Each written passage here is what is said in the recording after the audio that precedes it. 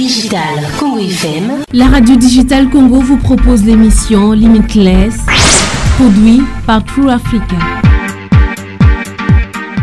Digital Congo FM.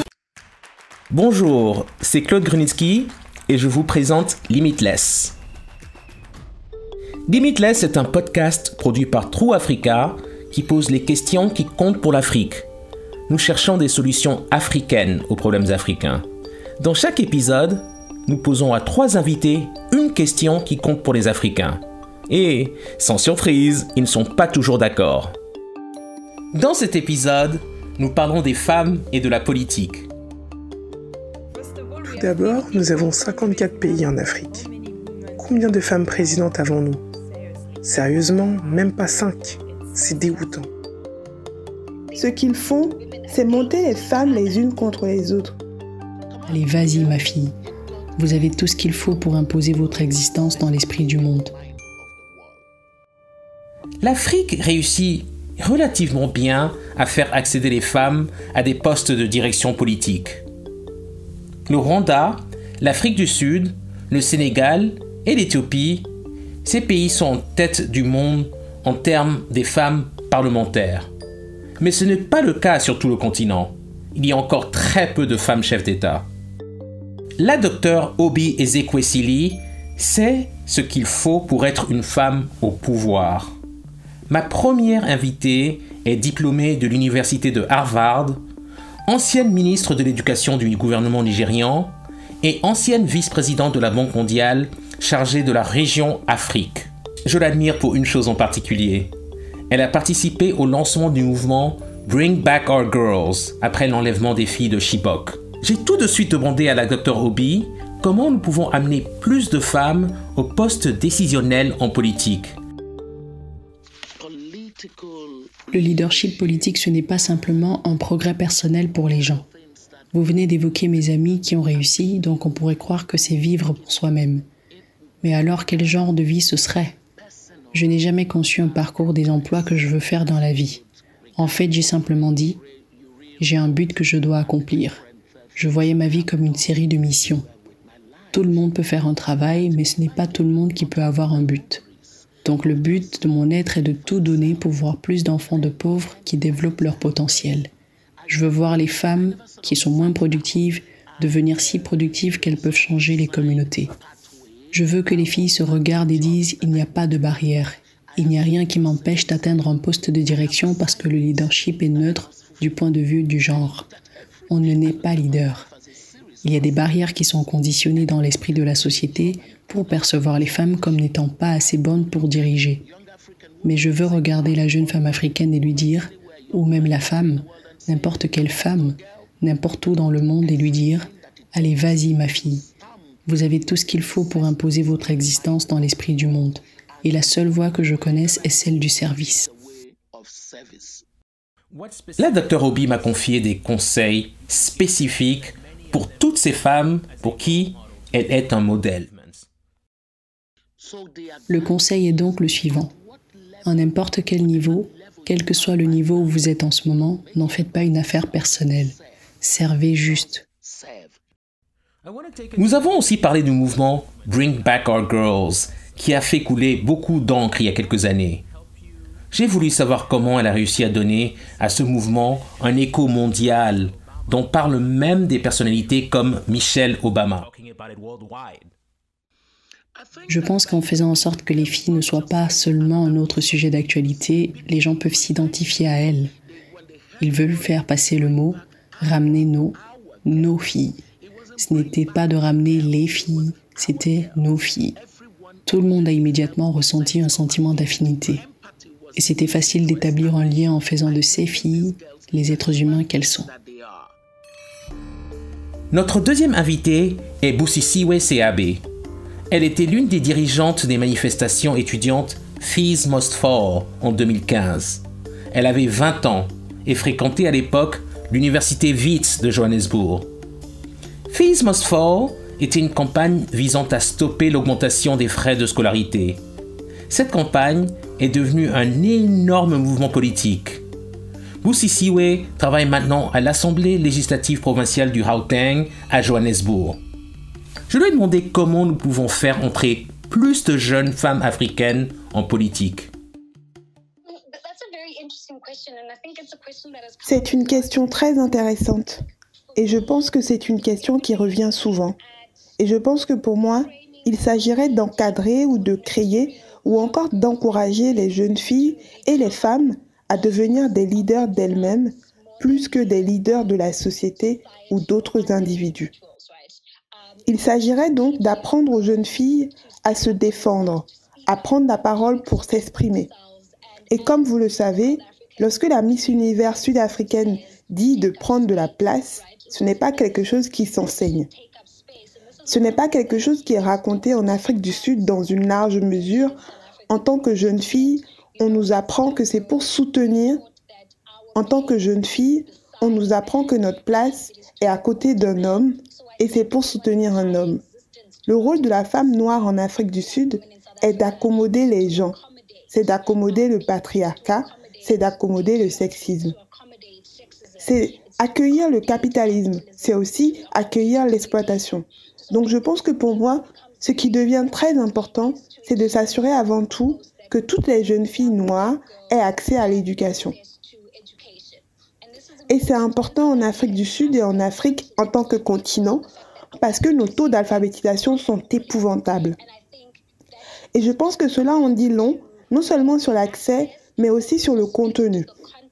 La plupart du temps, nous avons la chance d'accéder à des établissements d'enseignement supérieur ou d'apprendre à lire ou à écrire. Nous essayons de nous transformer en connaissance de cause et nous nous accrochons à une identité qui n'est pas la nôtre. Et c'est une chose très malheureuse parce que c'est quelque chose qui s'apprend dès le plus jeune âge.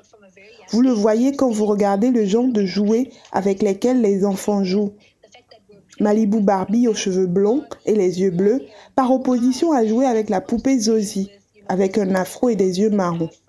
Ce sont ces petites choses que je pense que nous devons commencer à régler.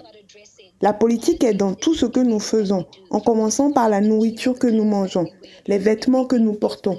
Tout est politique et détermine le genre de politique dans laquelle nous voulons que les jeunes s'engagent. Nous allons nous retrouver avec une politique qui favorise un nouveau genre de programme capitaliste libéral. L'Afrique du Sud réussit-elle mieux à faire de la place aux femmes en politique? Ce qu'ils font, c'est monter les femmes les unes contre les autres.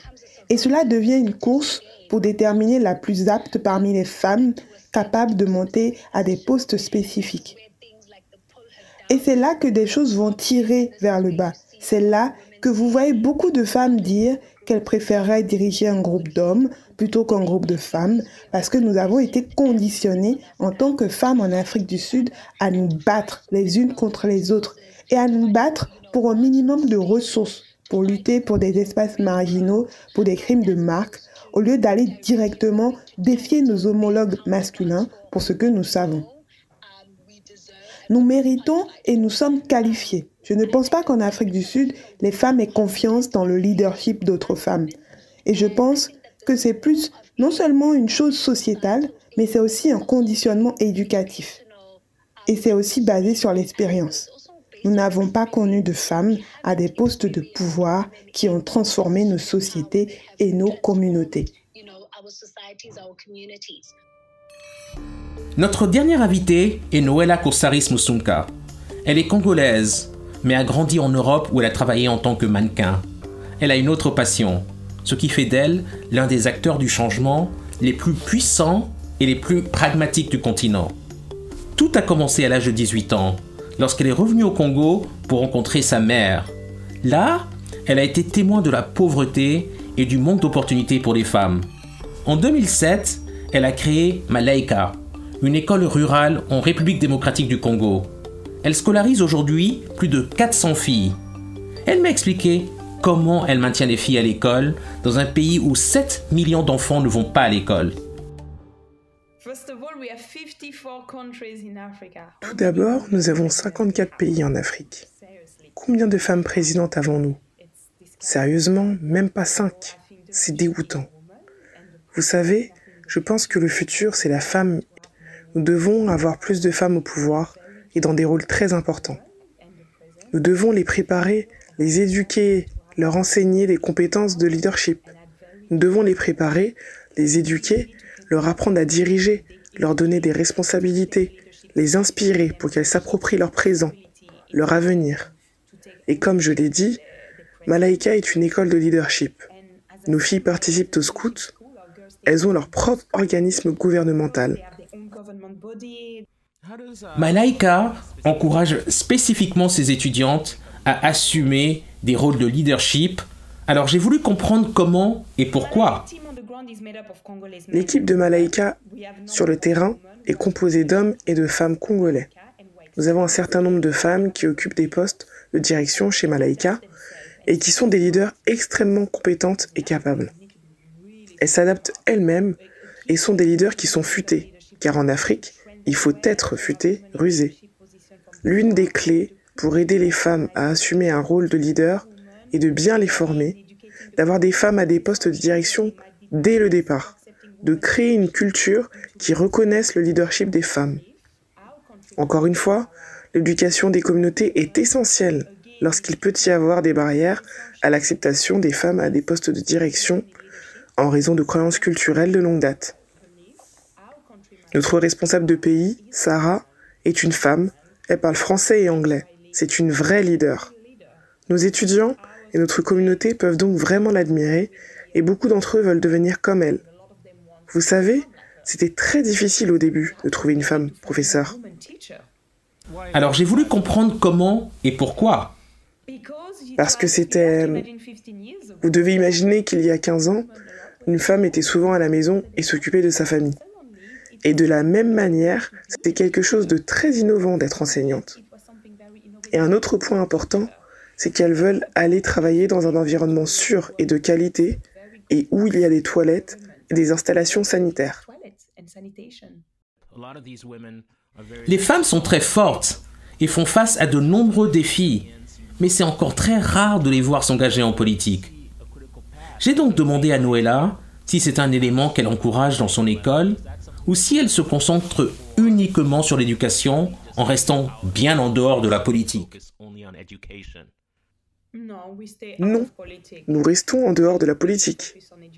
Nous nous concentrons vraiment sur l'éducation et sur le parcours professionnel. La première cohorte de filles Malaika quittera Malaika, oh mon Dieu, à la fin de l'année prochaine, dans 1 an, et c'est donc un grand pas pour Malaika. Et nous avons vu leurs aspirations. Nous les préparons déjà à ce qu'elles veulent faire, si elles veulent suivre des cours de formation professionnelle ou aller à l'université, ou si elles veulent déjà travailler dans la communauté. Et peu d'entre elles sont intéressées par la politique. Je pense que c'est parce qu'elles viennent d'un milieu très pauvre, et je pense qu'elles ont été déçues. Elles savent que notre école est gratuite, mais dans toutes les écoles du Congo, il faut payer. Elles ont donc senti que leur gouvernement n'était pas présent dans l'éducation. Elles pensent donc qu'en tant qu'individus, elles seront plus à même de faire des choses et de pousser à un changement dans la communauté, dans le pays. Mais ne vous méprenez pas, la politique c'est important. Ce sont elles qui peuvent vraiment apporter du changement. Nous ne cherchons pas de réponse simple sur ce podcast. Nous pensons que le potentiel de l'Afrique est illimité et que les femmes sont essentielles pour le réaliser. Ce n'est pas nouveau de voir des femmes leaders en Afrique. Tout au long de notre histoire, les femmes ont dirigé des armées, se sont battues pour l'indépendance et ont apporté la paix. Mais force est de constater que nous avons besoin de femmes, et d'hommes bien sûr, pour aider à construire une société plus juste. Noëlla, Busisiwe et Obi sont 3 leaders très différentes, mais elles ont un point commun. Elles savent toutes prendre leur place. Merci pour votre écoute. Ce podcast est rendu possible grâce à une subvention du département d'État américain et de la fondation Sinfire. Vous pouvez écouter ce podcast sur toutes les bonnes plateformes et sur www.trueafrica.co/limitless. Digital Congo FM